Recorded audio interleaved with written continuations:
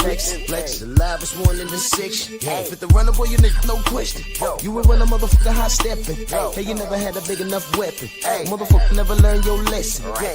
I'm a 88 pack nigga. I'm a 88 pack nigga. I mean, day walker, drink blood, fangs out, full moon, motherfucker, change like a hoe, nigga. I'm just a nigga from the hood trying to stack a little cheddar for the money.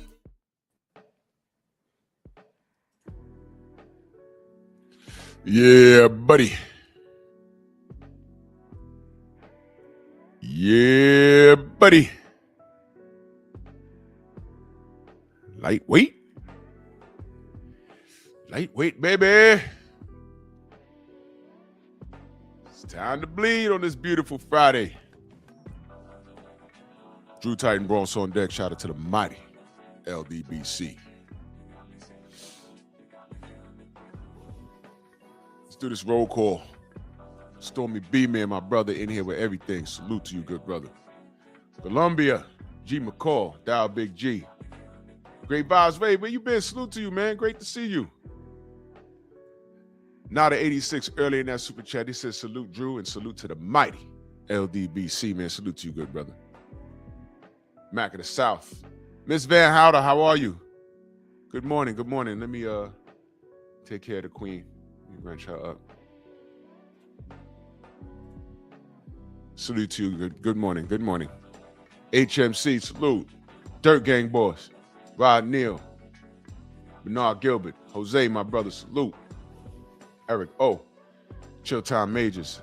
The CDB. What up? What up? Michael Fleming in the building. Salute. All right, let's get to it. Steve L. the Max. Salute. Black Gun Owners Magazine. All right. So we had a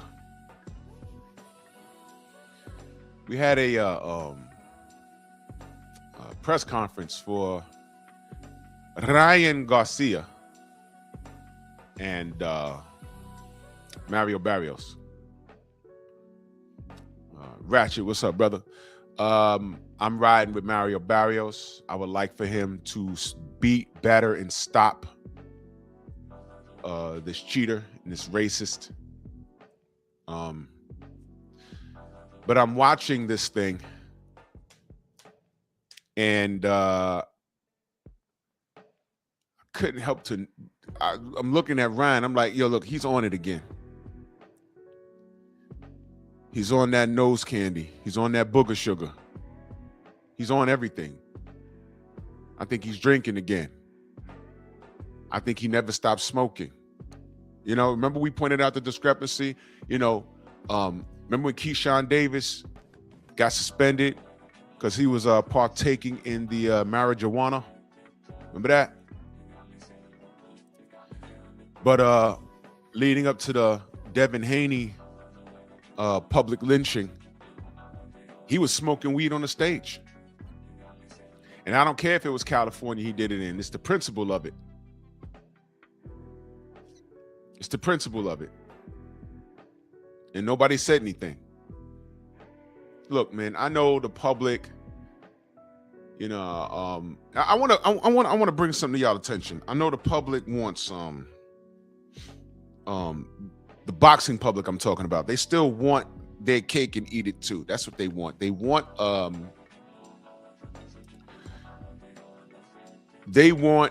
yeah, I saw that, Steve L. I saw that.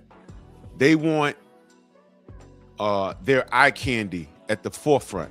They don't care who's doing the work. They want their eye candy. That's why they infatuated with guys like Ryan Garcia. That's why they infatuated with yellowback monkeys like Tank Davis. They're infatuated with guys like that. They want to paint this picture. They want boxing to be like a reality show. Welcome down, Van Houder. Salute, brother. They want this to be, they want the pretty mofos. They can fight a little bit, but they want to run this like reality TV, and that's just not the case.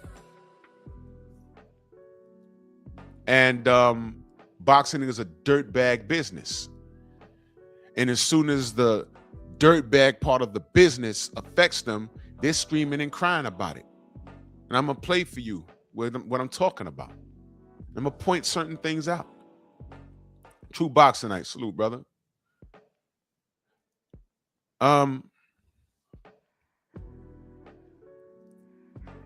This kid is a whining, crying piece of trash. He's not exciting. He's not funny, because Lord knows he tried yesterday. I was not impressed. And it may be because I was biased, but the audience wasn't cracking up. It wasn't funny. He's really trying to sell this thing. And you know what? For our sniper salute, you know what the great thing that's going over everyone's head, except the idiots that did this? I'm going to make a point. I need you to pay attention. For years of boxing, these companies, Matchroom, Top Rank. Let's just focus on Top Rank and the PBC, because for a long time, they're the two big dogs. And then Matchroom tried to come in the market with AJ with the help of the Zone, and, Eddie Hearn, IROC, salute, Rick Blackwell, salute. They got derailed. Eddie Hearn was smart. He conformed. He said, who's the turkey guy? You know what? I'm not competing with him. Resistance is futile. So now Eddie's walking around with the Borg, half a cyborg face now. Let me make this point. Oh, I know, Michael. I've been seeing you. Vince, what up? Let me make this point. Just when they thought they got what they wanted, you cheat Devin because you want a guy like Ryan in the forefront. You marketed Tank Davis as this, unstoppable force. You're calling a 5-foot-tall midget a tank. I'll have none of it, but whatever. GG Champ, salute. The bad part about all of this is that you tried to force this marketing scheme of these fighters down our throats, like how these management companies has forced their man parts down these fighters' throats. Jana Hudson, salute. And what's the result, y'all? I'm gonna tell you what the results has been. You saw HBO a few years ago get out of the business of boxing. To me, at that point, it was unheard of. I said, what's going on there? But the writing was on the walls, right? When Fred from Barbershop Conversations, Unique Dawn, salute. When Fred from Barbershop Conversations, and I know y'all don't agree with him with some of the things he says, and y'all don't like his politics, look, that's fine. But sometimes when people are saying something, you have to listen before you judge it. Some people just threw out what he said because they didn't like him personally. I personally don't have a problem with Fred. Coach Hudson in the building, salute. And I was listening. I said, y'all didn't hear him just say he plays cards with these guys? And they told him, yo, Showtime getting out the business, man. Jay Vonnie, salute. Y'all didn't hear him say that? He said it a few times. He said, man, they told me over a card game. Steven Espinoza told me over a card game. They're getting out of boxing. BVO, salute. And you know what the chat was saying? Fred, you're lying. Steven Espinoza just told us that we have like 10 fights lined. I forgot the exact number. We got fights and events lined up for the whole year. Robert, what up? The whole year. And I said, yeah, he said that. But then you got Fred over here saying I play cards with these guys, and these guys told me something totally different. So maybe they were lying to Fred. Fred wouldn't make that up. He said, this is what they told me. He said, I'm just telling you what they told me because, these crackers do be lying. These crackers do be lying, so I don't know. And then what happened? Showtime got out of boxing. They got right out of boxing, like out of nowhere, right? But was it out of nowhere? Because months prior, Fred said that. He said, well, I was playing cards, and they were told, he was asking him, yo, what y'all got lined up for boxing? He said, man, we getting out the business. Huh? Why they playing poker or some shit. Huh? He comes to his platform say that, oh, Fred, you lying. Just like you lied about this and that. No. He didn't lie about anything. He had an opinion, but whatever. I remember when he said they're going out of business. Well, now they're gone. So HBO's gone, Showtime's gone. We still had ESPN, right? We had ESPN. And what happened? What happened? Y'all thought things was okay. You know why? Y'all was bamboozled. Hey, I love me some Tank. Hey, Lomachenko is the best thing since Muhammad Ali and Sugar Ray Leonard. Hey, Tank Davis generates hundreds of millions of dollars. This is great. You remember when Eddie Hearn said AJ's such a worldwide rock star, he sold out Wembley faster than Michael Jackson. As soon as the tickets go on sale, they're gone in like 30 minutes. Remember when he said that? And then when I forgot what business stepped in, and they pretty much oversee the ticket sales over there. The next event, he did it in New York because he couldn't do the bullshit that he was doing over there, buying the tickets himself and reselling them to make it look like that AJ was his rock star. Rick Tim, salute. So he's a liar. The very next event, once they stepped in to stop that, he did it in New York. And what happened? AJ lost. You see? So HBO gone, Showtime gone, ESPN is no longer airing boxing. Boxing is now homeless. Blue Blood just revealed that Xander Zaya's next fight under Top Rank is going to be on YouTube, y'all. Have you ever heard of such a thing? Shout out to Pro Box. They said, man, YouTube is where boxing is, man. We're going to capitalize on that.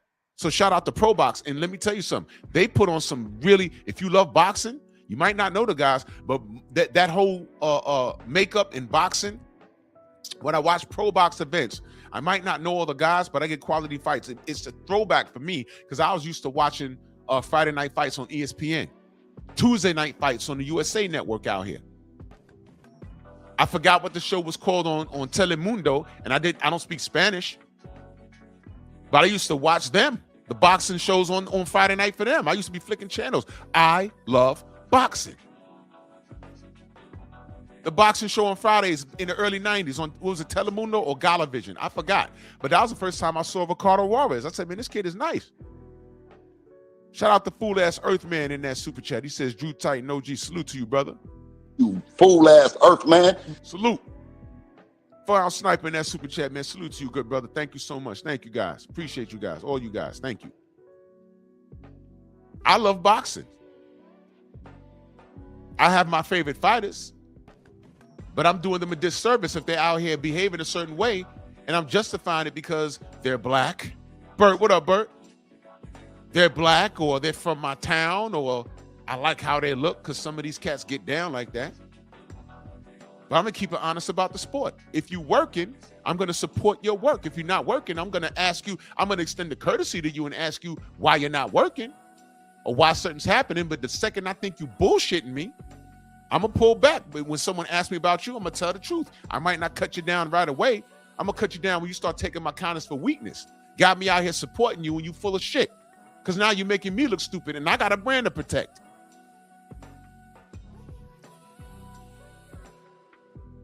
I got a brand to protect. Fuck that. I love the sport. And I tell y'all, I love the sport. The sport don't love me back. Now, let me ask y'all a question. All the people that support Ryan Garcia and Tank Davis, they'll spool the salute. And all you motherfuckers, your fighters that you supported that are either retired or gone and you can't explain what's happening, y'all can't explain why Xander Zayas and all this talent is about to have his next fight on YouTube. So now ESPN has no home. Where y'all watching boxing? Y'all remember a few years ago when Eddie Hearn said, big fights aren't made on YouTube. They're not made on social media. And we almost made Gary Russell versus Devin Haney. We almost made it. Gary Russell said no. Team Russell said, let me say this, Team Russell said no. That's not up for debate. They said no. The fight didn't happen because of them. That's no shade. That's what happened. Yep. Phenomenal Mexican in that super chat. He said Drew treated Jeff like Pinky from Friday. Shut up. Oh, you mean not Jeff, James. James. G5 Jeff is my brother. Y'all go subscribe to G5 Jeff. He has a phenomenal channel. Matsa Musa, my brother, salute. Yeah, as soon as I spoke on Tank last night, he showed up. He's like an offbeat crackhead version of Candyman. At least Candyman had a purpose. James is alive, but he's dead inside and he serves no purpose. Anyway, all of this happening in boxing is a direct reflection of them trying to shove marketing schemes in our face. Don't pay attention to the people working. It's this guy. When Bernard Hopkins described Ryan Garcia, what did he talk about? His physical appearance. He's a handsome kid.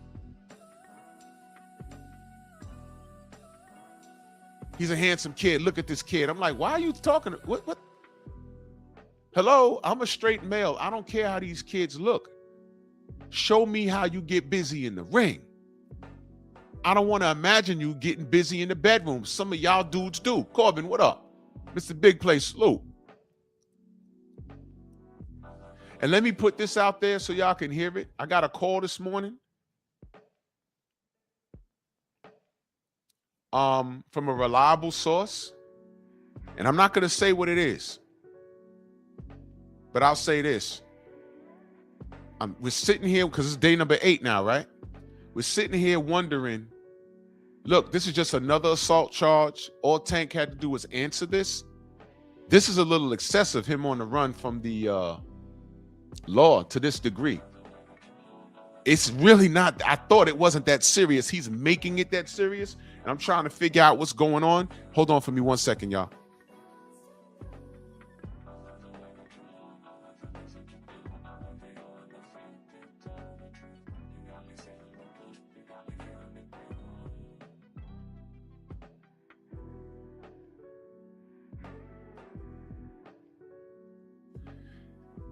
Yeah, when Pops call, you got to answer no matter what. So anyway. So I got some information, and the person that told me this, he said he can't deny, confirm. So when I said, how reliable is your source? He said, my source is very reliable. I said, okay. And I'm just going to say this. If what I heard is true, he could run to the moon. Because if it's what I heard this morning and that information leaks out, y'all don't hear me say this at all. But all you Tank channels, you might want to either close your channel or go back into your history and delete every Tank Davis video. And that's all I'm gonna say about that. And before I got off the phone, when I got off the phone, I said, you know what? I hope that's not true. I hope that's not true. Hope it's not true. Because if it is, I'm not even going to, bro, listen. The roast that I'm going to do, it might be an all day, like a straight up 8-hour, like I'm at a job type shit. The roast I'm going to do is going to be retarded.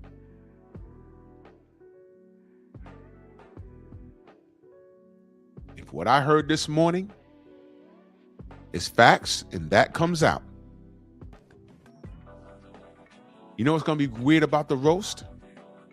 It's going to be facts. I'm just going to be clowning as I do it. Now, you see, let me get back to this. You see this comment right here? First of all, look at the name. OG, because this is an old man. Johnny Tight Lips.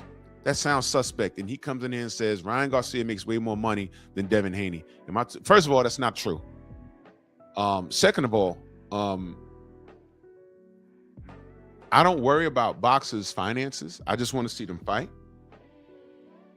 And a guy named Johnny Tightlips comes in here and says this. And this is why Showtime's out of boxing. This is why HBO's out of boxing. They worried about building rock stars and making marketing schemes. And then when the marketing schemes doesn't hold up to their end of the bargain, as far as sales, as far as drawing an audience, the machine can lie but so much, but the truth always pans out. The truth is Tank Davis wasn't who he said he was. He wasn't what they marketed him to be. Ryan Garcia is not what they marketed him to be. I ain't even got to talk about Devin. He just lost to Rolly Romero, and nobody's saying get it back in blood. Isn't that strange? Y'all go ahead and bang, because he likes getting banged. Y'all go ahead and bang Johnny Tightlips in his mouth with a wrench. Dante Russell, salute, my brother, in that super chat. Salute to you, brother. Thank you so much. Y'all go ahead and do what y'all do, wrench gang. I mean, y'all gang bang him upside his head with your wrenches. So anyway, you see what I'm saying? I'm talking about boxing and how we got here. And this dude comes in here talking about money with the Simpsons avatar. This is amazing work. Get out of my sport. What do I always say? Time reveals all truth. And these fangirls and fan little boys and man fans of looks and stuff. Never mind what he's doing in the ring. Never mind he's not fighting his contemporary. Look at the tattoos. Look at the hair. Look at Ryan Garcia's greasy hair. Hey, man, he's high half the time. No, never mind that. Isn't he fast when he shadow box? Hey, man, he's racist. No, never mind that. But look at his legs and, hey, man, he just assaulted his baby mama. Never mind that. Never mind that. Look at him jog. What do you, wait, hold on. What are you doing? You are not a Jedi. You can't mind trick me. I know what I'm looking at. Yeah, I just said that, Steve L. Top Rank is so down bad. Xander Zayas is fighting on YouTube. But when Blue Blood was telling everybody, hey, there's something going on with the PBC, I don't think they got money. They couldn't secure the Toyota Center. Y'all got mad at Blue. Oh, he's lying. He got a big Tubi. It's going to be on Tubi. Oh, wow. Terrific. Terrific. Oh, he Blue's lying. No, he's just reporting the news. This is the PBC. How did I secure the Toyota Center? Going out here lying. Then he got to call the Toyota Center in Houston saying, you know, what's going on?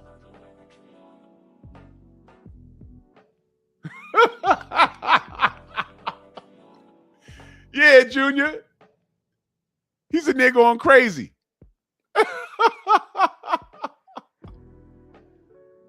Prez says the PBC runs boxing.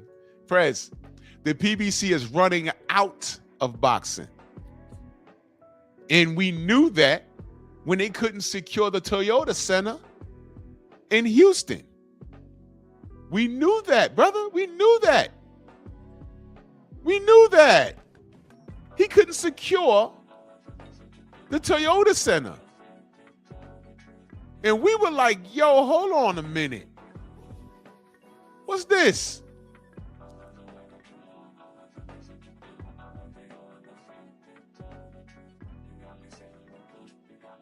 What is this?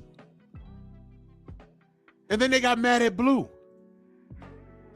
Don't kill the messenger. He just said something ain't right.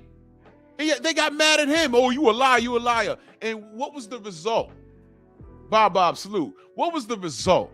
The result was, did they fight in Houston? No. Houston, we have a problem. Did they fight in Houston? No. They ended up fighting in Brooklyn. And then when we saw the press conference, how bootleg was that press conference? I said, wait a minute. They had some comedian there, and I think they did it at a college. And I said, yo, something's not right. And mind you, Nobody was a supporter of the PBC bigger than us over here because it's owned by a black man.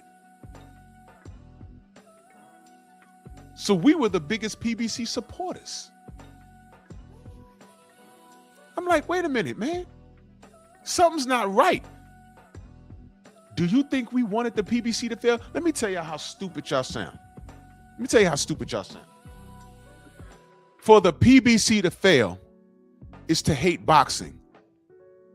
For Top Rank to fail is to hate boxing. You see where I'm going with this? I just said HBO boxing. I grew up on HBO boxing. It's gone. That hurt my feelings. I know what they were trying to do with Vladimir Klitschko and Lomachenko and Gennady Golovkin. I knew what they were doing. But I said eventually they're going to run into somebody and someone's going to beat them. And I'll be damned. But HBO as a whole is gone. See, a fighter's career is only maybe a decade or more. But after it's gone, boxing is still going to be here. So when people say close your channel, I'm like, no. Because I'm talking boxing. What are you talking about? You don't want me to talk about the guy that you slurp with that long piece of spit off the tip that don't break off when your wife is giving you that work? Ew. That's true. But some of y'all want to be on your knees for these dudes. Graphic in the morning. We grown.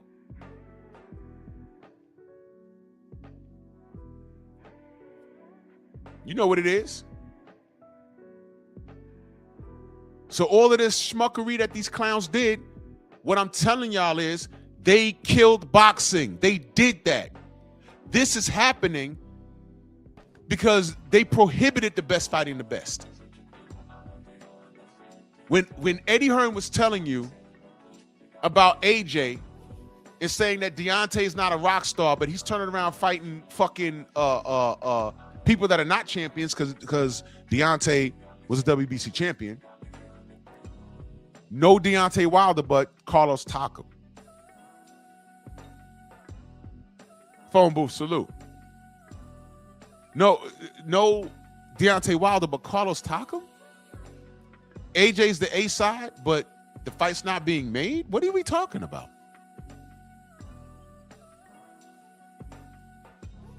See, all of these chess pieces, they trained y'all. Guys like Prez don't know what I'm talking about. They trained you. Y'all don't think like fans. Y'all think like many business owners. That's why y'all in here arguing about money and all this other stupid shit that realistically don't matter to us. We should be saying, no, make the fight. Yeah, but he's a rock star. People love him and you from his time. Yeah. But I think he could beat his contemporary, make the fight. Instead, you got these fools running around saying, well, this fight don't make sense. And, this fight has to marinate. Why are you talking like that? This is the result. HBO gone. Showtime gone. Top Rank's Aaron Zandazayas on Tubi. Jake Paul, who's not a boxer, came in and he's making the most money out of all of these clowns who played into this. You had Tank Davis, who was a real fighter, sacrificing everything to go fight a clown fight with a YouTuber. Let me tell you how stupid Tank Davis is. He sat up there and told, what's his name? Montana Love. Hey, you went from training world-class fighters to training YouTubers. Yeah, stay on your side. Stay on your side. Wait a minute. He went from training world-class fighters to training YouTubers. What, the YouTuber you're about to fight?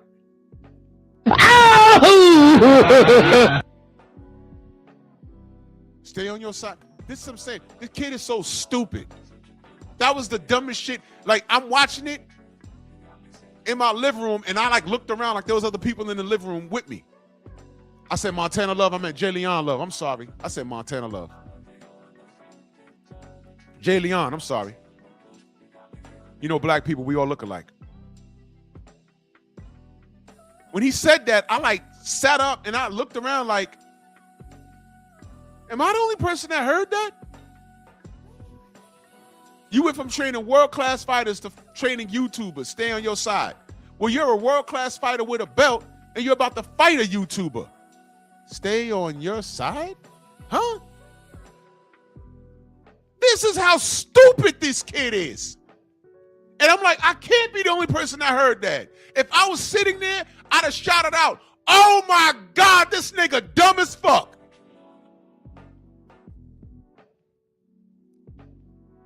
Tell someone don't do drugs while you're doing a line of coke.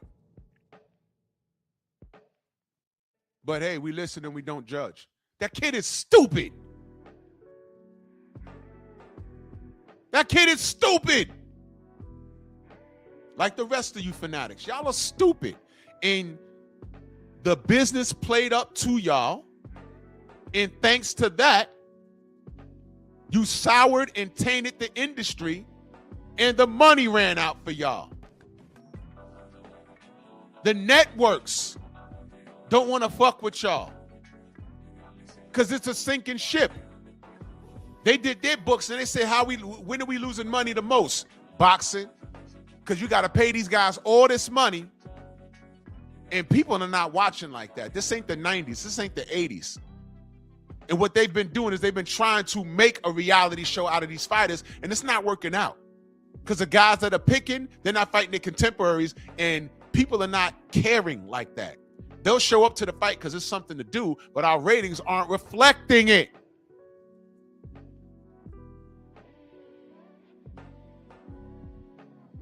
So they've been treating boxing like the WNBA. Shots fired. Shots fired. We're going to go on strike. We want to make more money. Well, y'all haven't made money since y'all started. The WNBA is one big, giant fucking welfare program.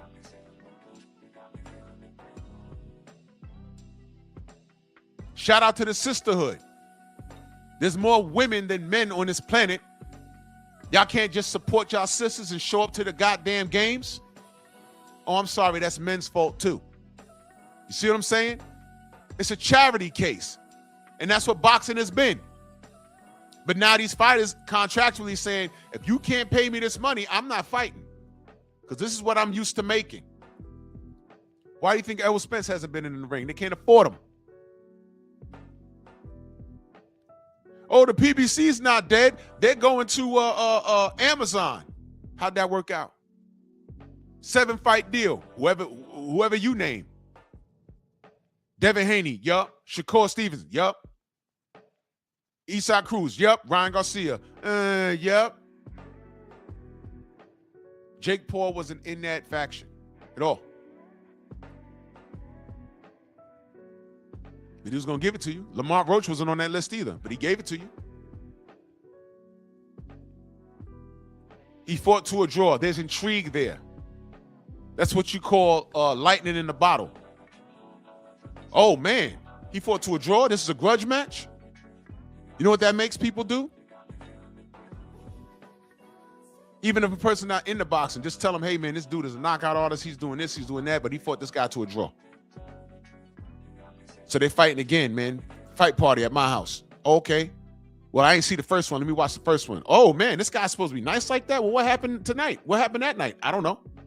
But they rematching. Okay, I got to watch that. Boom. Instead, he says, no, I'm going to fight Jake Paul.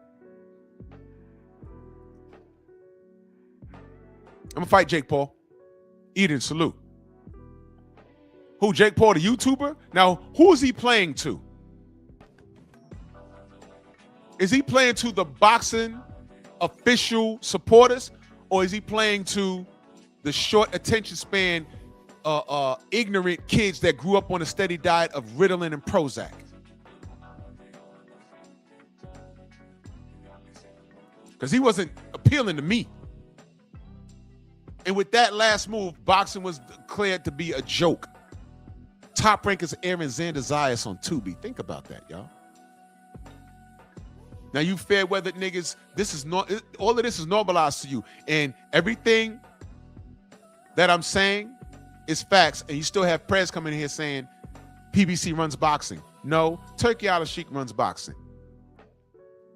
Because while y'all were posturing and saying, oh, I got a star over here, I got a next star over here, I got a star over here. Turkey came in with real money and says, fuck that, I got a bag, who wants to come make money with me? And everybody ran over there, except Tank. And guess what? Tank was the first motherfucker invited. Oh, you got a problem with Devin? I got 50 million for y'all. Come down to Saudi and knock him out. Give me 2 Ferraris and send them to Baltimore. Huh? Wait a minute. You can beat this guy, right? Yeah. Ask the Devin Haney haters and Tank Davis fans. Who wins between Devin and Tank? 100% they're gonna say Tank. I said, cool, make the fight. Devin too big. But Devin's chinny. Yeah. Devin got PTSD. Yeah. Devin can't afford the left hook. Take a southpaw, right? Yeah. So Tank knocks him out, right? Yeah. We'll fight him. He too big. He has to come down to 135. Huh? He was at 135. He had all the belts at 135. What happened? He's too big. He rehydrates. What? Wait a minute. You see what I'm saying? That type of shit killed boxing. Devin moved on. Turkey saw Devin working.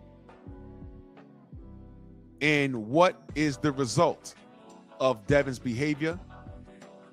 Every time Devin fought on a Riyadh season card, he's the highest paid, whether he's the main event or not. Look it up.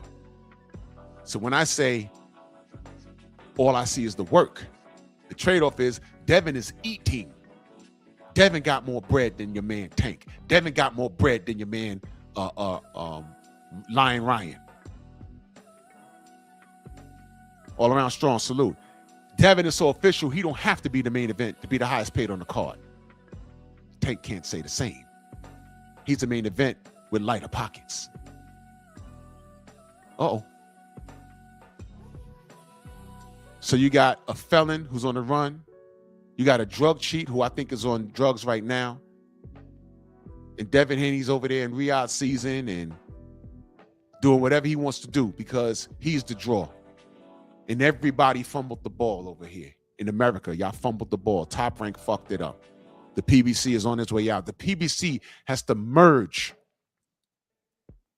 with Oscar, allegedly, to try and form a united front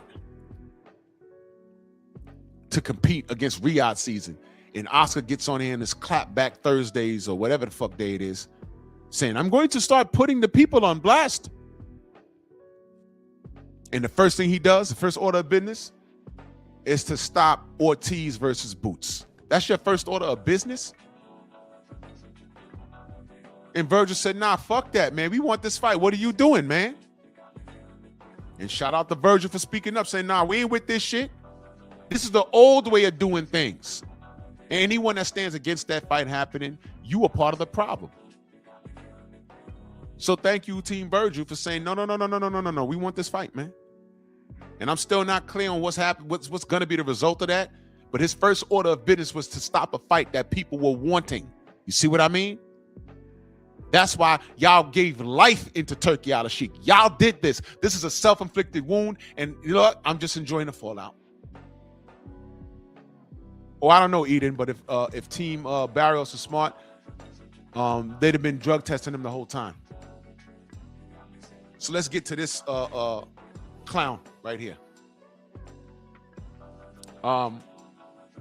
Ryan Garcia is a whining basehead. He's a cheater.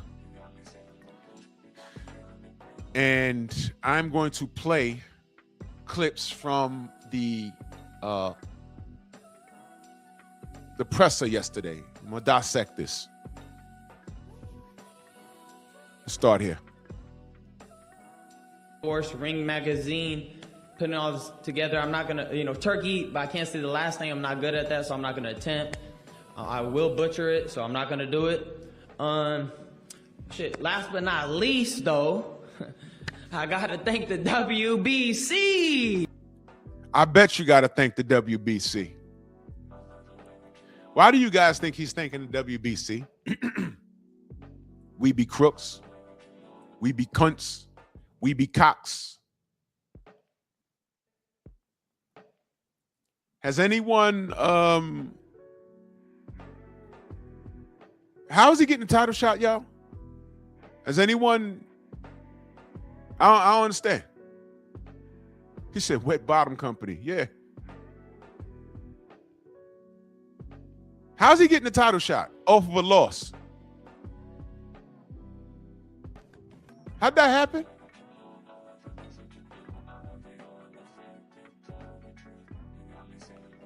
BBO says, why is David hiding from Jai Patai? I don't know. I heard that he's they're finally trying to solidify this Canelo fight for him.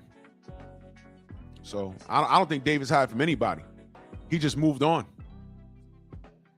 And it's funny because the persons that actually duck a guy that's actually trying to put in work, they want him to do everything. And he can only do one thing at a time. He went to 75. He tried to be undisputed at 68, unappreciated. He moved to 75. He's making waves. Now he's saying, I'm going to go to cruiserweight for Zerto. I say slow down, but he's going to do it. And now I heard that they're trying to really make the Canelo fight. That's what I heard. Rod Neal, salute.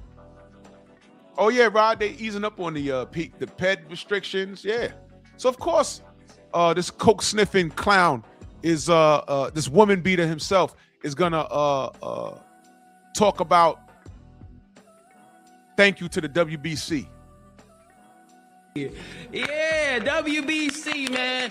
I can't thank y'all enough. The WBC, I love the WBC. Like, yeah, you hear that? This is why boxing is dying over here. Shout out to Turkey out of Sheikah. I'm not saying he's perfect, but he's right on time. I'm not saying he's perfect, but he's right on time. Cause he gotta like stomp this shit out. I have no faith in the sanctioning bodies. Y'all had all of this time to fix it and make these fights, and we got to deal with people being on the other side of the street. Errol Spence had to literally work outside the box to make the goddamn a Bud fight. That was Bud and Errol that did that. That had nothing to do with Al Heyman. Had nothing to do with the PBC. That was them. you got no idea how much I love the WBC. I love the WBC. Now, at this point, I'm like, what are you doing? What is wrong with him? You're going to see, this is very embarrassing. Watch this. I love the WBC. I'm like, what the fuck is wrong with him? What is he doing? What is he doing? You'll see. So now he has to leave the stage. I'm like, what the fuck is he doing? I'm like, what's happening? What is this? There they are. WBC. Woo! Yeah. What is this? What is this? So the airhead chicks that he hired missed their cue. And I'm watching this like, wait a minute, this was supposed to be, them bitches was back there on their social media doing selfies and they missed their cue. He had to go back there and get their dumb ass. Whatever. WBC, yeah! Yeah, whatever. WBC, yeah, and I'm watching this like, yo, this was supposed to be funny. Yeah. All right, cool. K-Rod, salute. Now, all jokes aside, guys, I am... All jokes aside, that wasn't a joke. That wasn't funny. What the fuck was that? So I'm like, man, okay. Now, the car done crashed. Yeah, David Scott. I'm like, yo, what is it? The car done crashed, and now I'm just watching the body burn. And I'm like, oh, shit. I am definitely super prepared for this fight, you guys. Like, I call them the traitors. Now, listen to this. Listen to this. Listen to this. They got Wally, you got Justin Fortune, even though he was one time. Stop right there. Who knows who Justin Fortune is? I was shocked when he said this. Who knows who Justin Fortune is? Anybody? Gerald Kelly in the building, salute. Who knows who Justin Fortune is? I know. And when he said the name, I couldn't believe it. I said, whoa. That's why I ran and got the picture, him sitting there next to Pacquiao.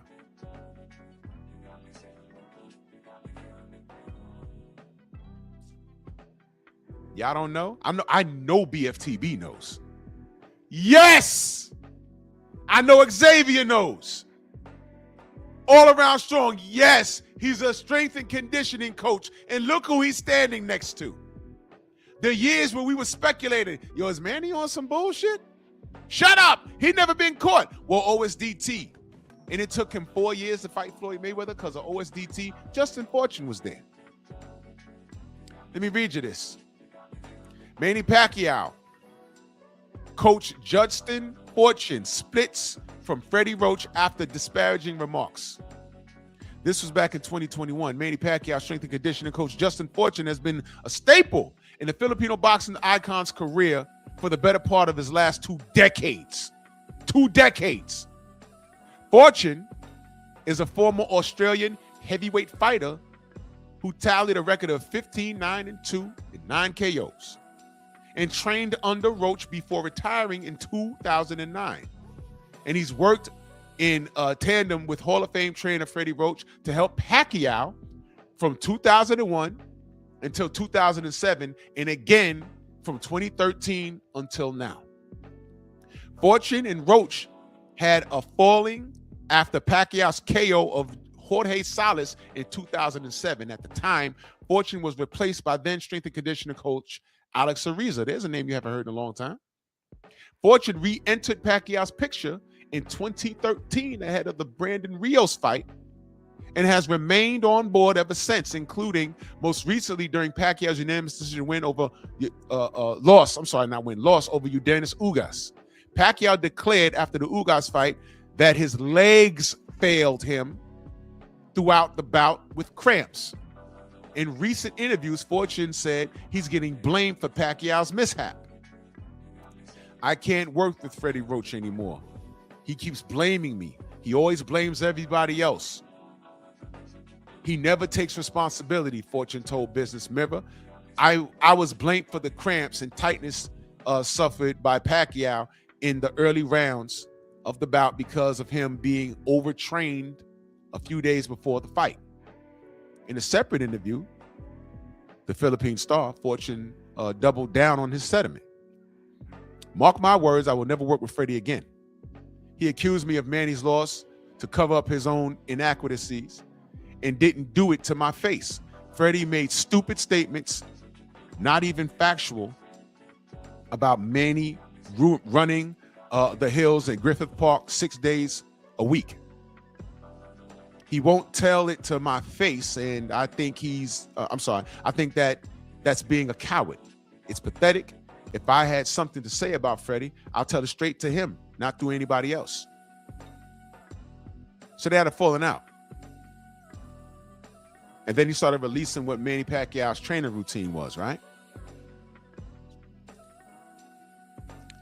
But here's the thing about Justin Fortune. In 2012, Fortune sued Roach after Roach told a reporter that Fortune previously used performance enhancement drugs. Previous to that, Roach once sued Fortune claiming he was owed money, but the case was dismissed. Did y'all know that? Justin Fortune, according to Freddie Roach, was a drug cheat. That was back in 2012. You let this man back in your camp with his history. Stormy, salute. Yeah. D-Man, what up? Yep. So you worked with him, you severed ties, and you start to work with him again, and then you accuse him of being a ped user? Strange, right? You know how you kill all of that? Olympic-style drug testing. And once that was agreed upon, and once people started doing it in abundance, Nonito Donaire, Floyd Mayweather, Manny Pacquiao's knockout stopped. Nobody noticed that, but he was never caught, though. But never mind that. Ryan Garcia just thanked Justin Fortune. Let me bring it back so you can hear it again. Listen to this. The traitors.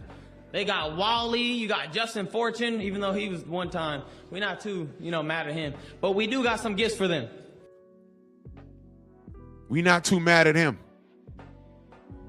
Google Justin Fortune's name. That's his face right there. It'll tell you all you need to know about this guy.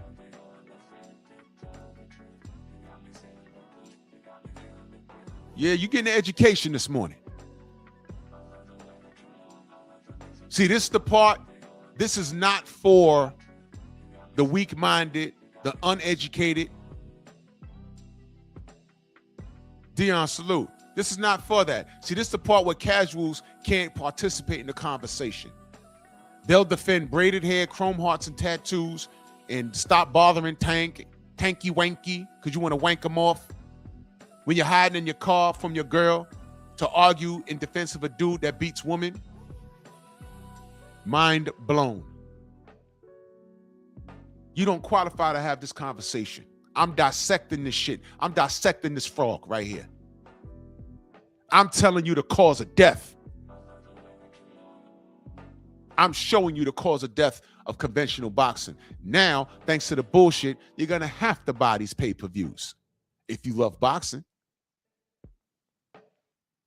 they're going to have to try and find a way to get a network deal or something so you can watch it. Because if boxing is not in abundance anymore, they're going to treat y'all like dogs. Do you feed a dog every day? Do you feed a dog every day? You do, right? But what happens if you keep putting food in the bowl? A dog's going to just eat the food. No, you got to keep it hungry.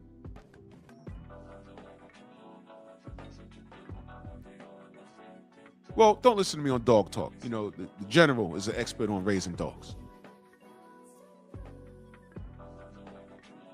But you get my point. You don't overfeed somebody. You don't oversaturate the market with bullshit. And then when you do put out your product, it has to be something that's built. They got away from that. What they started to do is they started to market these fighters like you was marketing characters on a reality TV show. That's what they did. Jeff Sparks, salute. That's what they did. And it killed the sport.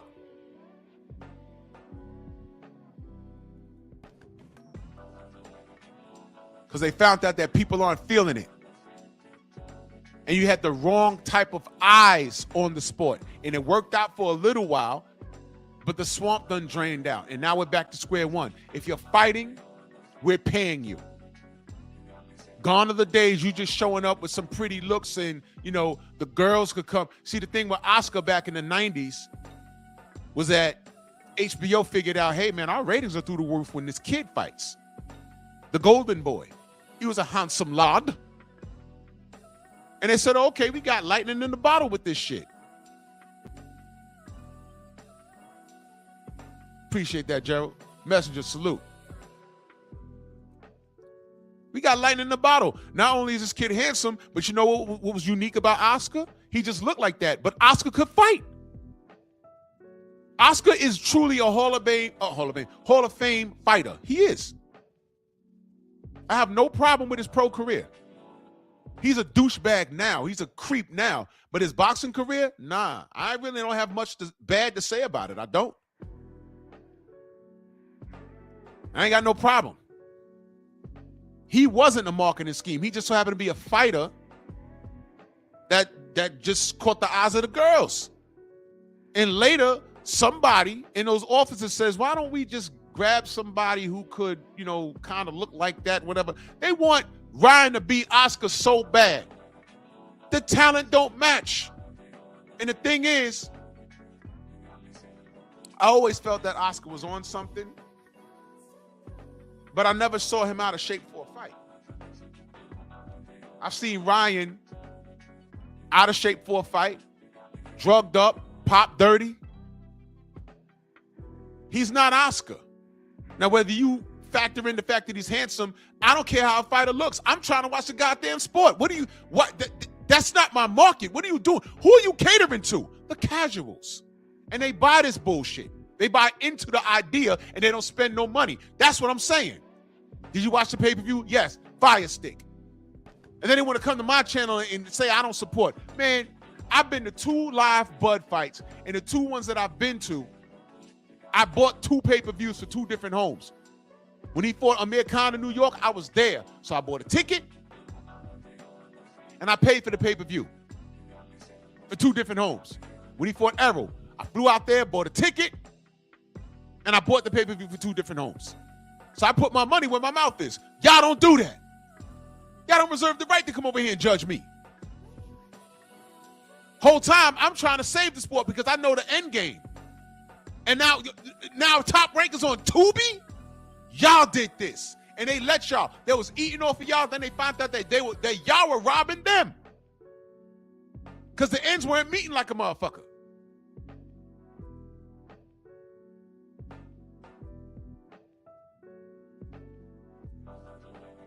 This was a slow suicide. This is y'all having a heart condition and y'all still eating bacon every morning.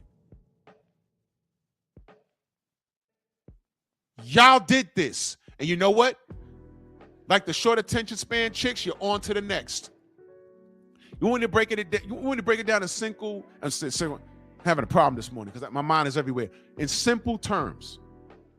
You know what this is? See, because y'all got a short attention span. I see the numbers keep jumping. There's some casuals in here like, what was he talking about? Who's Justin Fortune? After I just told you to go Google the nigga. The guy has a PED history, and he was working with Ryan Garcia. After working with Manny Pacquiao when they were trying to make the goddamn Floyd Mayweather fight. Louis Henn, salute. Let me break it down in terms that you idiots can understand. Over 2 decades ago, there was a rapper that got on my nerves because every time I turned on the fucking radio, he was on it. His name was Ja Rule. Whatever I think about you. I could not, all summer long, it almost made me a terrorist. I'm like, all right already, goddamn. Whatever about my baby. I was done. I said, you know what? Nope, I'm leaving. It was everywhere. Goddamn on a country station. The way you walk, the way you talk. Anthony, what up? And the shorties loved him. I'm like, I get it. You know, he's super thug. He got bass in his voice. All right, I get it. Well, one day I cut on the radio and I hear a guy named 50 Cent. And he went straight for his throat. Will St. Clair, salute. 50 Cent went straight at him. And I said, wait, I know this guy. Where do I know this guy? And I got a picture of him. I said, oh, the first time I said, this is the dude that did The Art of Getting Robbed. That song was funny. And I said, but the first time I heard him, I heard him on some mixtapes, I think. But the first time I heard him, he was on a song called React with Onyx. I said, okay, he's not rapping fast no more. Okay. Oh, okay. He's running around a wife beater. Oh, so this is rap beef. Okay. In one summer, he killed Ja Rule's career. Do y'all know that? In one summer. And the shorties went from being on Ja Rule's dick to 50 Cent's dick. Why? Because women have short attention spans. It was the new nigga on the block with the bigger car, the bigger smile, and who appeared to be a little tougher. That's it. Because these chicks got short attention spans. You know why? They're not necessarily attracted to anything more than power. Isn't that the name of the thing that he has on Stars TV or whatever? Power? I never watched one episode. It's really not hard to get the attention span of a woman. It's really not. Or get her attention, rather. Tay-Tay, good morning. And he hijacked his entire audience and haven't looked back since. You see that? That's these boxing fans. Thank you, Eric O. Shiny things. That's why I don't listen to casuals. And that's why I say casuals is dangerous, because the casuals became the majority and these companies made their money. And let me tell you something. Bob Arum could walk away. He's almost 100 years old, literally. He could walk away from this thing. He's not broke. He'd be like, well, you know, I had a good fucking 80-year run. I had a good 80-year run, and I'm wealthy. Not rich, because there's a difference between rich and wealthy. He's wealthy. He raised his kids. Money's in the bank. We got all kinds of things going on. We don't have to do boxing. I can rest my head and probably be salute.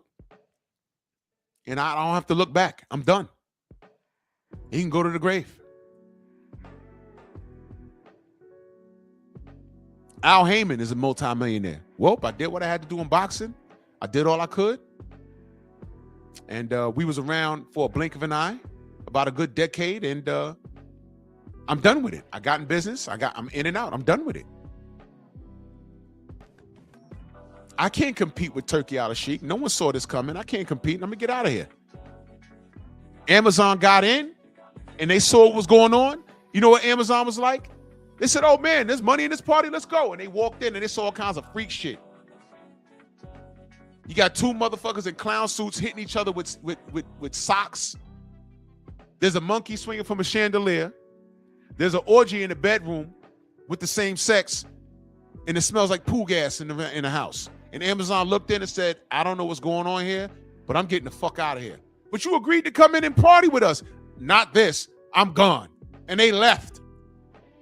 They left before they got started. And Tank's sitting there in the lobby like, wait a minute, 7-fight dealer. Yeah, all right, now I'm out of here. I quit this bitch before I even got started. And it's over with. And then Turkey Al-Sheikh pulls up, buys a house next door and says, yo, look, man, I got bread, man. Y'all want to come in here and fight and make shit happen? And everybody go over there. And Tank's mad because all of his contemporaries that'll fight him back is over there. And instead of going over there and setting the record straight and proving that you're the man, what does he do? Gets on Twitter and disrespects all the fighters. And what does he say? Just let them talk. What does he say? Y'all going over there and risking your O for money. So you wasn't risking your O for money. You fought fights that you knew you was going to win. You're draining Frank Martin. You're draining Ryan Garcia. Admitted that he was kind of scared in that fight. You're not fighting your contemporaries.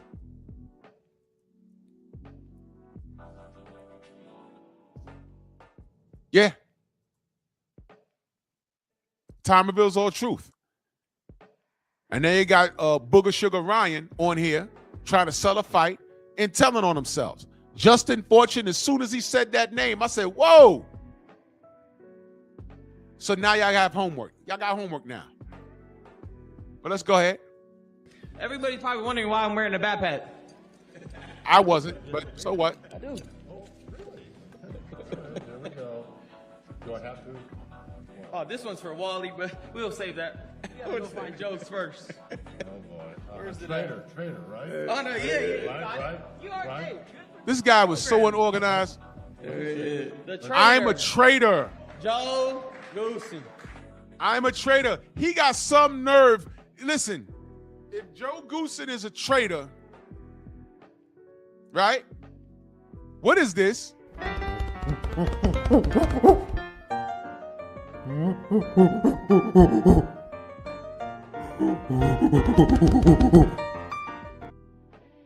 I ain't got to go through it. Nigger.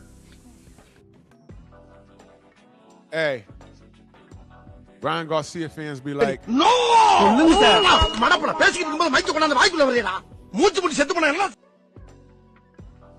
right in the mouth. Right in the mouth. So Joe Goose is a traitor. Listen, man, this is business. In the first Corrales and Castillo fight, Goosen was Team Corrales. In the rematch, did y'all know Goosen was in Castillo's corner? Exactly, Messenger. Is Derek James, is he a traitor?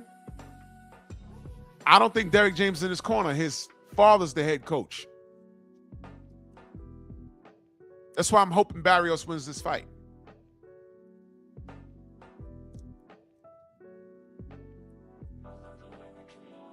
Yeah, Xavier, that part. Did y'all know this?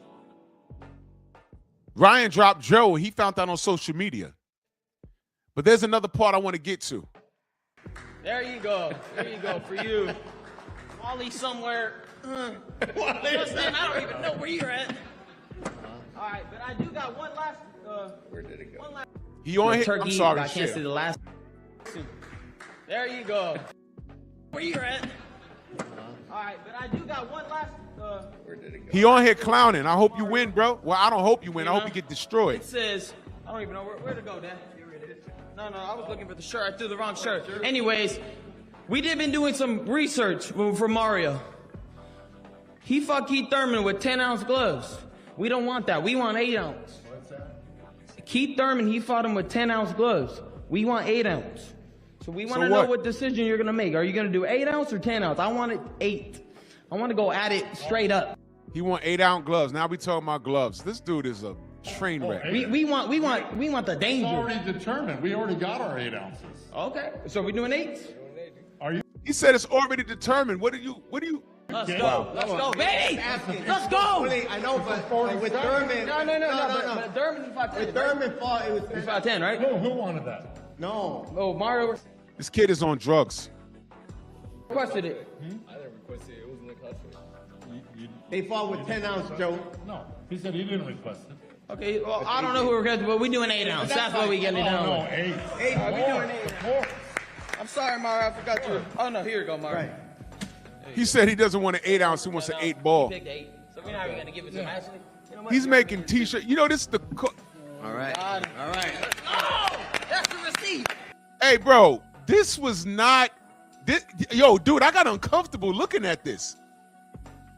This was bad. What he said. 3 years ago, you were on this side. They let you go after the Gervonta Davis fight. You're telling me Right. 3 years ago, he was on that side. They let Joe go. They let him go. there's no extra juice in it for you to take That's funny. There's no extra juice in it for you. That's funny. on Ryan Garcia? What was the last one? Is there any extra juice in it for you to train someone Is there any extra juice in it for you? against Ryan Garcia? What is that? Juice. I mean, do you want, is this a little bit extra you for you? mean is there an extra incentive for Yeah. me? No. My incentive is always the same as it is every fight. For my fighter to win. That's it. Okay? Look, I don't have the resentment. Wherever this resentment is coming from, I don't really know. But the bottom line is, I've got nothing against any fighter I've ever gone against. Ever. Okay? I'm just for my fighter. That's all.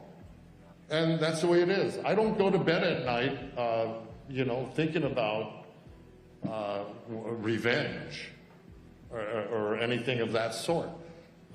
I just go to bed at night thinking about what can I do to better my guy that I'm training. I could cuts and just grueling fight. We're gonna really have to get to it. That's why I'm This kid is on drugs again. I'm telling you.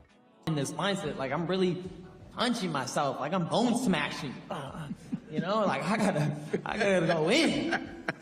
Type shit. Does Joe's presence really bother you on the other side? Oh yes, this dude really did this to me. Like, bro.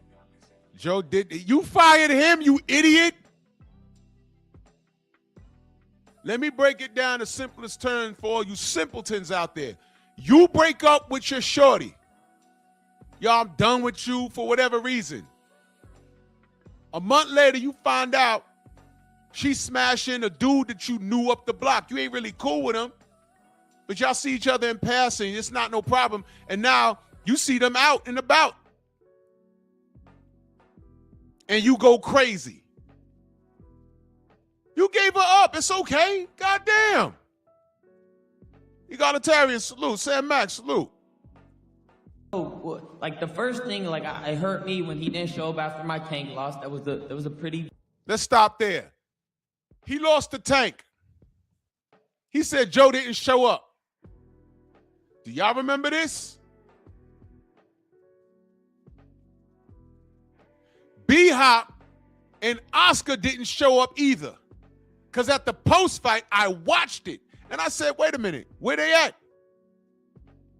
Where they at? And you know what Rick Glasser said? Well, I have it on good authority that they had dinner arrangements with their significant others, so they had an appointment to keep. #boxing. That's what he said.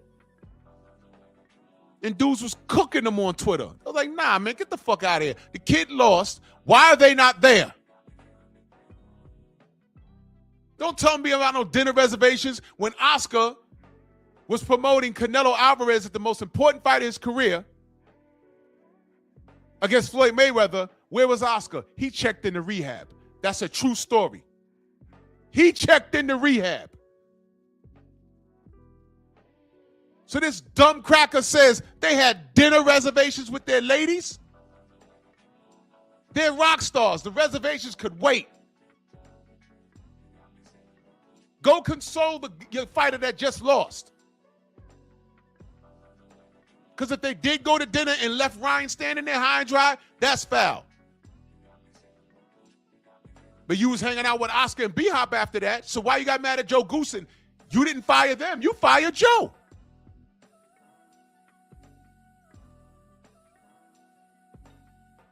After you quit against Tank. That was Joe's fault. You know what Joe's fault was, though? When they were asking about the training method and Joe said, Ryan is so talented, he just creates things, and we roll with it, and 90% of the time it works. Well, it was that 10% versus Tank, but there was something else that happened. Let Ryan keep talking. Big defeat in my heart, and I didn't see him after the fight. Maybe, he said that he had some, he had whatever going on, but he didn't show up. That's all I gotta say. And there did a lot of funny stuff happen in that camp, before. A lot of funny stuff happening in the camp. Y'all know who this guy is? Senbatar. He's Mongolian. This is the kid that broke his fucking ribs. Ryan, are you okay? Him. This is the guy that did it. Him. Take a good look, Tank fans. This is also the guy, I suspect, that told Tank's team that Ryan didn't eat breakfast that morning for the weigh-in. That's why Ryan looked like a crackhead in that fight. Y'all want to talk about that? But this is the guy that did it. I made a video about it. In fact, when I said when Ryan comes back, he needs to fight him. You are the reason why my ribs wasn't well going into the Tank fight. That fight sells itself because Ryan a star, right? Right? Ryan is the rock star, right? He's a rock star. This story built itself. I said he needs to go fight Cindy. Senbatar out of Mongolia was the chief, one of the, I don't know if he's a chief sparring partner, but this is the guy that did it. If y'all didn't know, y'all Tank fans know so much. This is the guy that did it. And then released the information. Yeah, his ribs is broke. That's why he lost to a body shot. He did that. Look it up.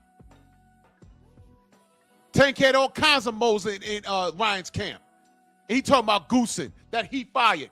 That he said, you're so creative, you could do your own thing, and 90% of the time it works. And I said, well, that's a bad idea, Goosen, because you're the coach. You need to be teaching him how to win.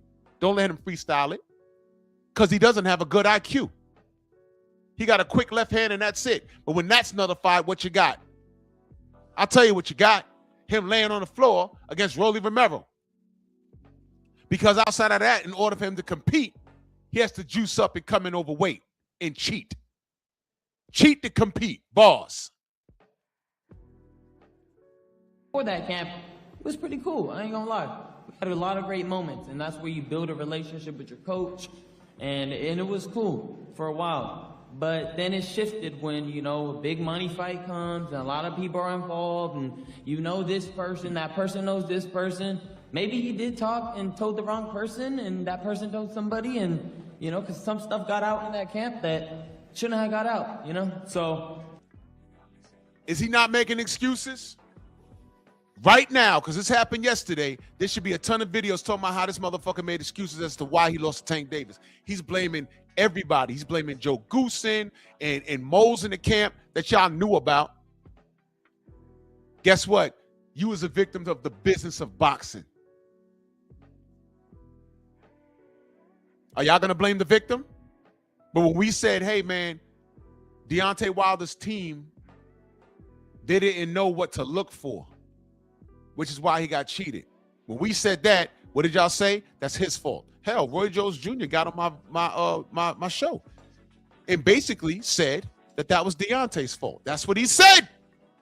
He said that out his own mouth. I said, wow, Roy, that's his fault? Okay. Blame the victim. All right, fine. Okay. We can blame the victim. All right. That's what boxing is, right? It's your responsibility to know. Okay, all right, fine. That's what we're doing. Okay. Is anybody going to hold him accountable for saying this right here, Ryan Garcia?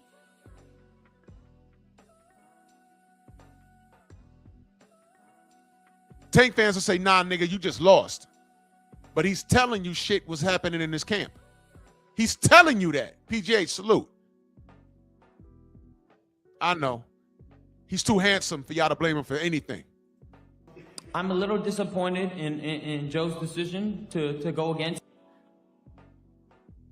Nigga, you came in against Devin overweight and on drugs. You don't reserve the right to be mad at anybody. Me, but that's the shit that fires me up. That should give me that. That's right. What? This one's for Ryan. Another thing I want to point out. If you go back and watch this yesterday, the only people that asked him any questions, that asked anybody any question, were women. What was that? I noticed that. I was texting Coach Hudson. I said, did I miss it? Am I bugging? But only women were asking the questions. Am I bugging? Did I miss it? Did any man get up there? I know there was some dude from the rafters screaming at him. Hey, Ryan, I want to sick your duck, Ryan. I remember, I got to find this video. I just never posted it because it was just so awful. I remember watching Canelo. I think it was Canelo before the Cato Plant fight. There was a dude screaming in Spanish, and somebody in the comment section translated it, and I said, this is not what he said, but everyone confirmed it. Dude was screaming, Canelo, impregnate my wife. I love you, Canelo. Impregnate my wife. Now listen, that's what I call white boy humor. You don't play like that. I said, that's what he said. He can't be saying that. And people in the chat was like, nah, that's what he's saying. Impregnate my wife? What?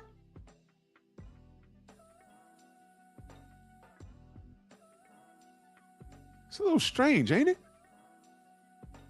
There's cucks all over the place. Man, these boxers have revealed all of you. So when I say things like, yo, you're gay, and this is where all the gay shit comes from. It's a joke, but not really, because this is what I see.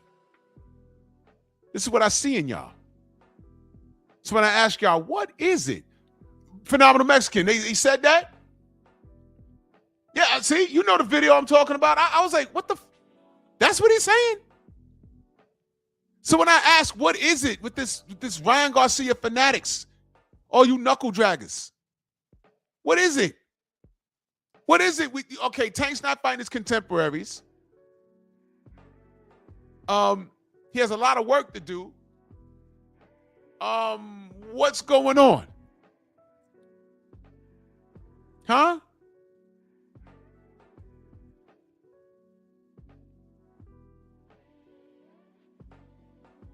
Delano, in no unit, you got to watch how you talk to me, bro. You got to watch how you talk to me. I ain't making excuses for this faggot. Under no circumstances. I don't like him. He made excuses. And I'm wondering where the video's talking about he's making excuses. Because y'all so quick to point out when a fighter you don't like says what it is, y'all say he's making excuses. He said, Deontay said, I got a dent in my fucking head. This motherfucker's never done that before. Went to a doctor. They said, nah, that was a blunt object, man. Fury has done some fuck shit with his gloves in the past. JB, salute. He's a known cheater. He's a known drug addict. And he put some shit in his glove and it caused a dent in my head.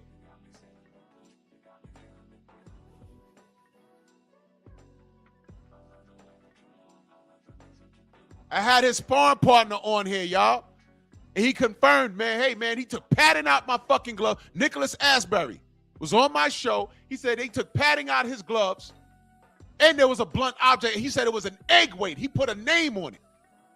The motherfucker had egg weights in there, and I'm in there banging with him. And the day before I fucked him up, the next day I'm getting touched up like, whoa, where does power come from? He checked the fucking gloves. Padding was removed. He put the fucking shit on YouTube. But what he didn't record was that he turned his glove sideways and the egg weight fell out. And he said that way before he fought Deontay Wilder. And he was in camp training for Deontay. And they didn't call Nicholas a liar. You know what they said? We were just trying to give our guy confidence. They didn't say he was lying. They apologized. Take that. But y'all don't hear that. Yeah, but that's still an excuse. Because Deontay can't box. And I don't see nothing but niggas saying this. That's why I don't like you. And that's why, listen, boxing needs to die. Burn this bitch to the ground. Burn it. I did a live 2 years ago now. Pompeii has to fall, man. Fuck this shit. I tried. I don't care that the PBC is going away. I don't care that Top Rank is now airing shit on Tubi. I don't care. And is Turkey perfect? No. Hey, man, Dana White's going to run boxing like he runs the UFC. So that means we'll get the fights that we want, that we deserve. Yeah, but the Muhammad Ali Act, you ask any casual what the Muhammad Ali Act is without them going into their phone. You're supposed to know this shit. Don't talk about anything technical in reference to boxing when you don't know boxing. Because you just sounding off shit you hear. I remember at work, I was having this, somebody was trying to debate me on boxing, and I legitimately made something up. I forgot what I said. I put two fighters in the ring.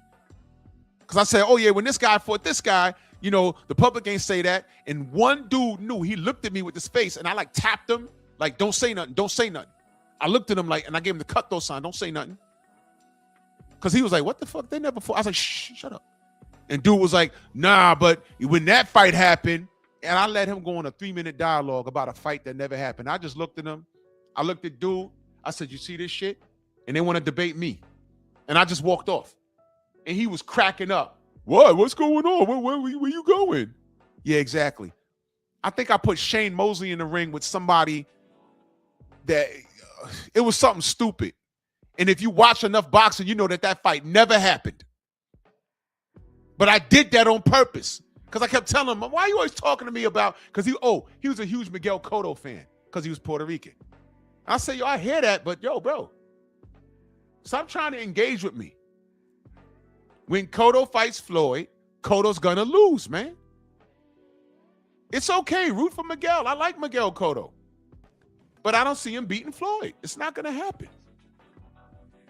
And then he wants to talk to me about styles and everything else. And, oh, where were you when Tito knocked out Pernell Whitaker? He didn't knock out Pernell. He knocked him down in the first round. Well, it's the same shit. I'm like, oh, my God. You see, I can't have those conversations. It's insulting. So then I started just playing with him like, hey, man. Oh, yeah. But when Shane Mosley fought, I forgot, well, I had Shane Mosley in the ring with somebody. I think the motherfucker was retired. I said, well, that was different. Oh, that's what I said. I said, yeah, but because he was trying to make it a black fighter versus Latin fighter thing. I said, man, listen, man, when Carlos Monzon fought Sugar Shane Mosley, that fight was close, man. I was rocking with Shane, but Carlos Monzon is a legend. Yeah, but you see, in that fight, though, the power of the Latino, and I'm looking at him, and dude looked at me, and I like hit him like, yo, chill. Let him talk. 3 minutes. 3 minutes. He went on about Mosley versus Monzon. I got up, put on my hat, and I said, well, see? And I walked off. Oh, he don't want to talk now. Yep, you're right. Sid Mark in the Strong House, man. Salute to you, good brother. Thank you so much. Thank you. My brother Anthony in that super chat. Salute to you, good brother. He said, peace, Drew. This is for calling Garcia the word that rhymes with maggot. Absolutely. Absolutely. Carlos Monzon versus Shane Mosley. That's a true story.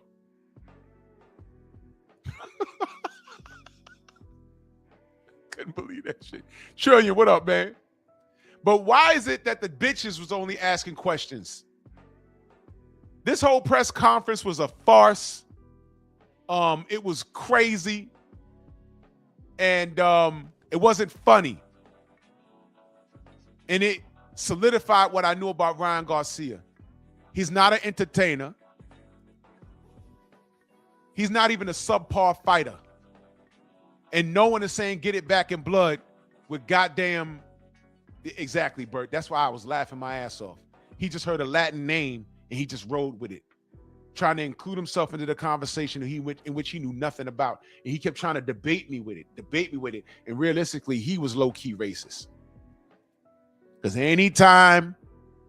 Floyd was running around fighting Latins, because that was the drawing power there. But anytime somebody light-skinned with black hair got into the ring with a black fighter,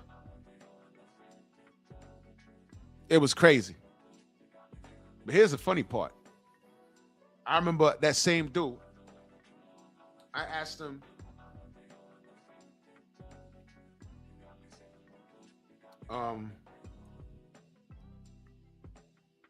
if turn on your TV, you watch boxing. T Hunt, salute. Phoenix March, my brother, salute. Turn on the TV. Aaron, what up? And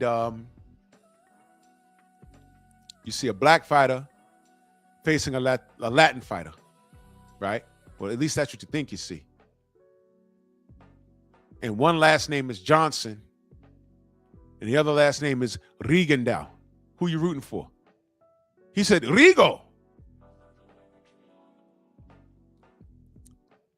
Went in my phone, and I said, this is Rigondeaux. Not only is he Cuban, but he's so black he looked African.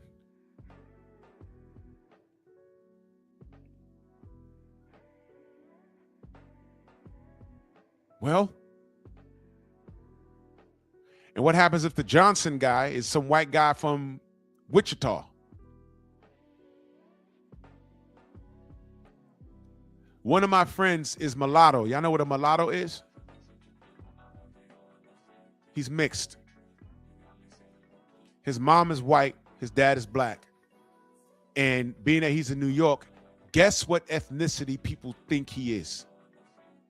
They think he's some kind of Latin. I can't tell you how many times we've been hanging out and somebody come up to him and just starts talking in Spanish. He got to look at them and say, yo, I don't speak Spanish. And for years, the ongoing joke with him is, yo, damn, do I need to learn Spanish?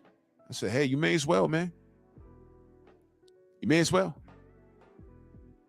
He has black hair, and he could tell you he's Latin, and you'd believe it. But his dad is black, his mother's white. His mom is white. She has black hair, his mom is white. Black hair with hazel eyes. He has hazel eyes, but he has facial features like his dad. So he looks Latino, but he's mulatto. But we live in New York. Mark, what up? So automatically, he's gone to the Puerto Rican Day Parade with the bandana. He's gone to the Dominican Day Parade with that bandana, and nobody picks up on it because he looks like them, but he's not.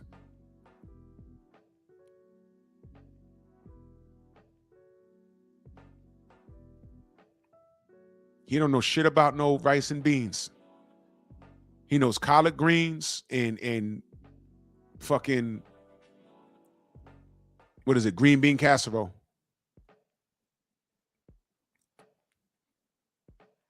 D4, what up? Snacks B, salute. Anyway, it's what we deal with. But only women were asking questions. This is the strangest thing. Ryan, what's the biggest lesson you have learned about yourself since the last time you were on a stage like this? And what statement are you really looking to show come February 21st? Do you know what would have happened if they gave me the mic? I'd have got escorted out. I ain't got to scream and holler and be profane. Whatever, man. But let's see how he answers this question. Oh, that my body's not invincible. That's definitely That my body's not invincible. something I learned for sure. You know, your body's a temple. You gotta take care of it. And it's simple. That it really could be that simple. Treat your body like a temple, and everything else will start coming to you a little better and better. So, you know, everybody has their vices, but I just suggest that, you know, you go and assess yourself and realize what you're putting in your body may not be the best things for you. He just told on himself, ladies and gentlemen. Thank you, guys. Ryan's a cheater, y'all. Let me ask y'all a question. Are IVs legal to use? Are IVs legal to use? Let me remind y'all of something. Crazy. You pay vitamin C, G? I just put on glutathione right now. I'm gonna put vitamin C and everything in here. It's weird. You start tasting it in your mouth. That's before the Haney fight. This was on DAZN. And I'm watching this like, did they make an exception? What's going on? And then I get a text from Rachel Donaire. Are you seeing this? What the fuck is this? And I'm not going to get into how she broke, Anthony, what up? I'm not going to get into how she broke it down. She did some detective work on this motherfucker. She broke it down how he was flushing his system out. Because there was a point where he did an interview and he had this shirt with him. And in this scene, you see the shirt. It was the same day. Some shit. But this is why they only caught 1/1000th of a gram of the ostarine. And he might have had some more shit. He might have had extra nandrolone in his shit. This is how they caught the ostarine. It was only 1/1000th of a gram. It was more in there. Please don't act like you don't know how this shit works. I love that. What happens when Ryan Garcia does not have his super juice? Whack, jack, smack. Right here. Hey Ryan, they canceling the face off. They trying to kick us out. They canceling the face off. We gotta pick it up, Ryan. This is round 12.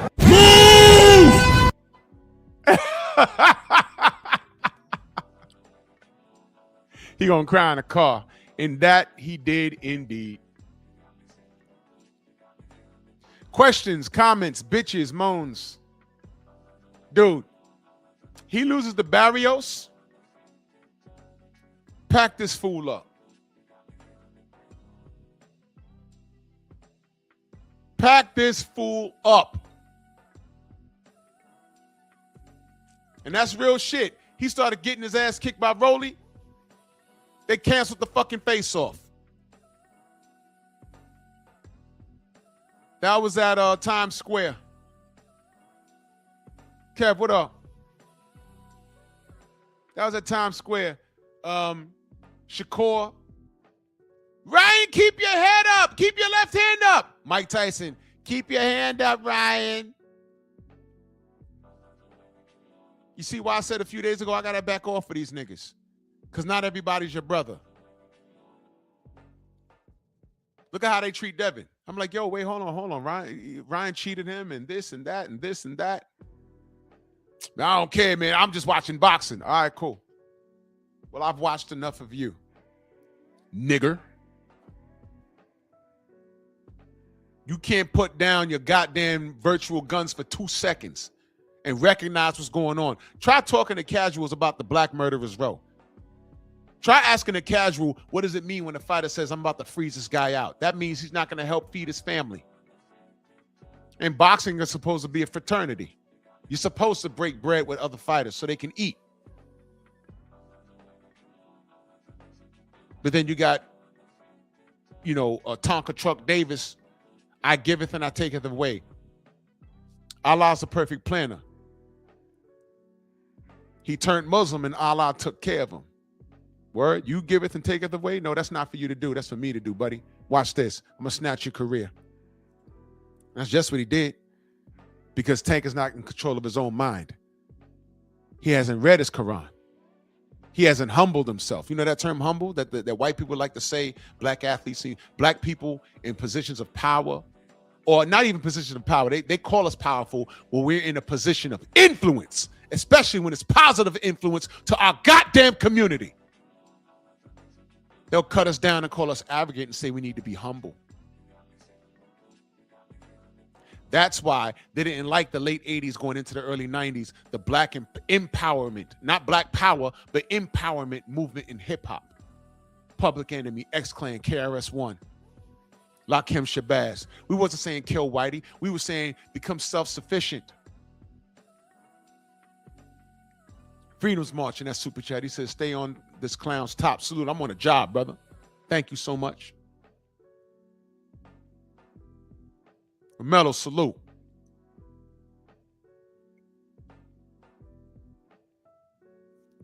Hip hop has a definition. And let me educate you clowns that don't know. Because y'all walking around, y'all don't even know the humble beginnings of that culture. And y'all have used it, y'all have abused it, and y'all don't know what the hell y'all talking about. Hip. There's an old term we used to say, I'm hip to that game plan. That means to be aware. Hip. Yeah, I'm hip to that. You've heard it. Clay King, salute. I'm hip to that. Nah, bro, you ain't gonna get that off. I'm hip to that game plan. I know what you're trying to do. Hop is movement. Yeah, you see the play. I see them putting guns and crack in my community. I'm not gonna partake in that. I'm not gonna smoke. I'm not gonna pick up that gun off the floor. I'm not gonna drink. They got liquor stores in every black neighborhood. There's a Chinese restaurant on every corner. Now there's chicken restaurants, chicken spots all over the place. We have access to food, but it's cheap, it's fake, and it's a poor diet. And if we're not gangbanging and killing each other, we're killing each other by way of diet, heart disease, hypertension, diabetes, hop, movement. I see the play, and I'm not going to do that. I'm going to exercise. I'm not going to take drugs. I'm not going to violate women. And I'm going to preach the good word and live it. And hopefully I set an example for people watching me. That's hip hop. Grandmaster Flash, my OG Grandmaster Melly Mel, Rock and Roll Hall of Famer. The Message. Y'all heard the beat, but did you listen to the words? He made reference to Sugar Ray Leonard in that song. It's like the jungle sometimes. It makes me wonder how I keep from going under. All of that shit that they put in the hoods, they didn't partake in it. They were hip to the game plan and they moved in another direction. Yeah, Anthony, I know about that. That's what hip hop is. You've been educated. Supposed to lead by example. Now, what example are motherfuckers like Ryan Garcia setting for boxing? What example is motherfuckers like Tank Davis setting for boxing? I'm not talking about their appearance. I'm not talking about their style of clothes. I'm not talking about that. If you're not fighting the best and you're making fun of that, what good are you? And who's rooting for you? Because when you go away, they're going to go away. It was fake love, and they don't contribute to the sport. There's something called the Black Murderers Row. Just look it up, what they had to deal with and why they were called the Black Murderers Row. And guess what? There was a Latino in the Black Murderers Row, Coco Kid. He was black, but he was Boricua. Look it up.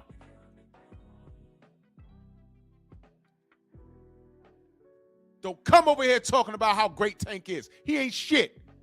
In the grand scheme, he ain't shit. He hasn't proven shit in the ring, and look at him now. He's everything that we said he was. Before it was alleged. Now I'm sure.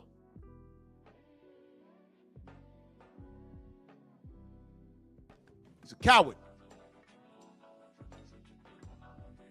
He's a woman beater. And the thing that I heard this morning, on the phone call that I got, I'm telling you right now, if that is true, it explains why he's on the run, because he's trying to go to the moon. Because if this leaks out, if it's true, because I don't know, if it's true, what I heard this morning, it's over for y'all. If it's true, because I don't know. And my boy called me this morning. He said, I don't know, but this is what I was told. I said, well, how reliable is your source? He says, very reliable. I said, sheesh. Well,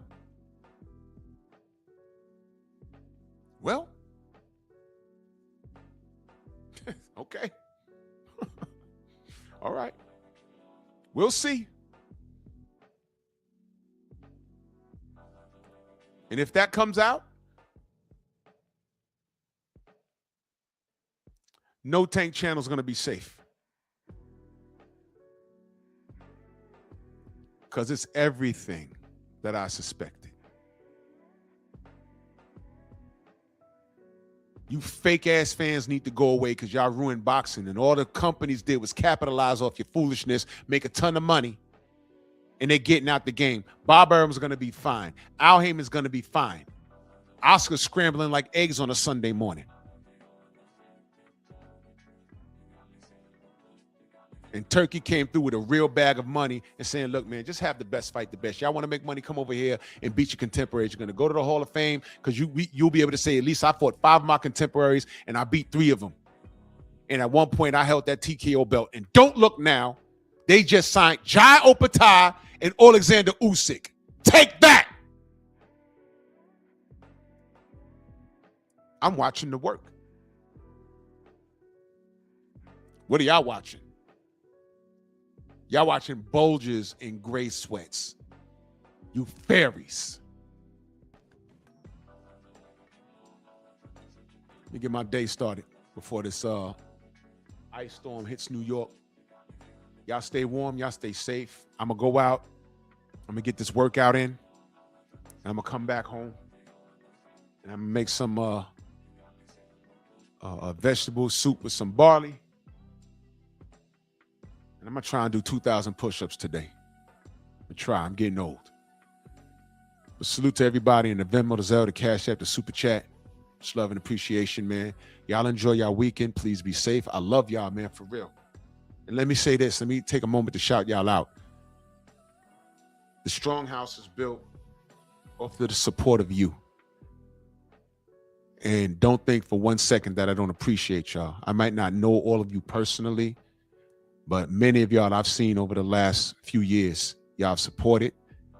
Even, I appreciate the financial support, but it warms my heart to see y'all in my chat, the same faces over the last few years, daily. And don't think for 1 minute that I don't appreciate that. Showing up is support. Sharing the video, support. Everything is support. I've met a lot of solid people over here, and I haven't met a lot of y'all face to face. Some of y'all I have. But this is what social media is supposed to be about. I didn't get on here to make enemies. I came on here to be social. In a good sense. We don't always have to agree on things, but we ain't got to be enemies. We can disagree on boxing.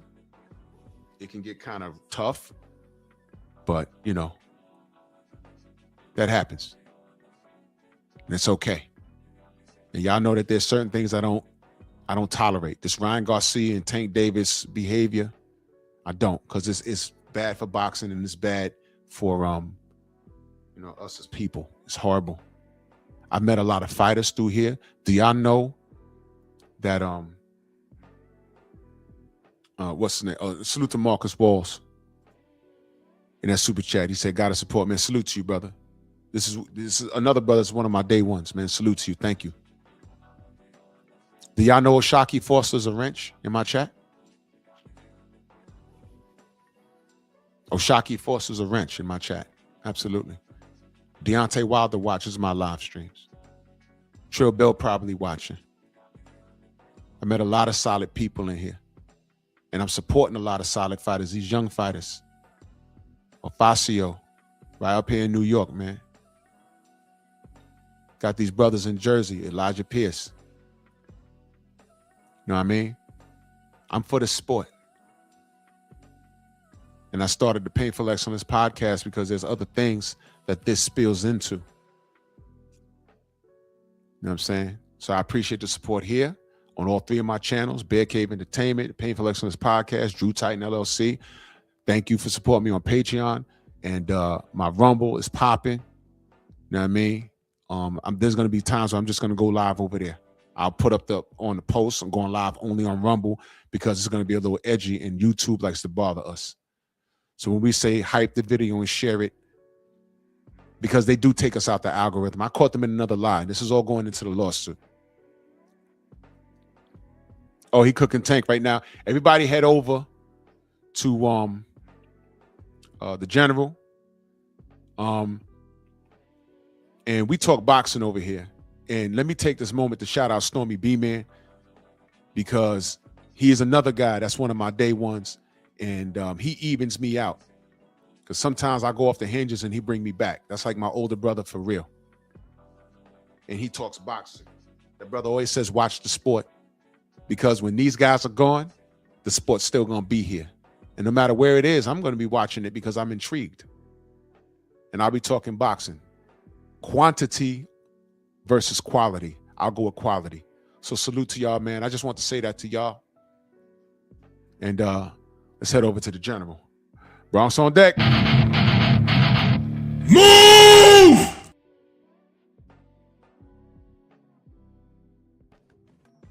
Why are you gay? Who says I'm gay? You are gay.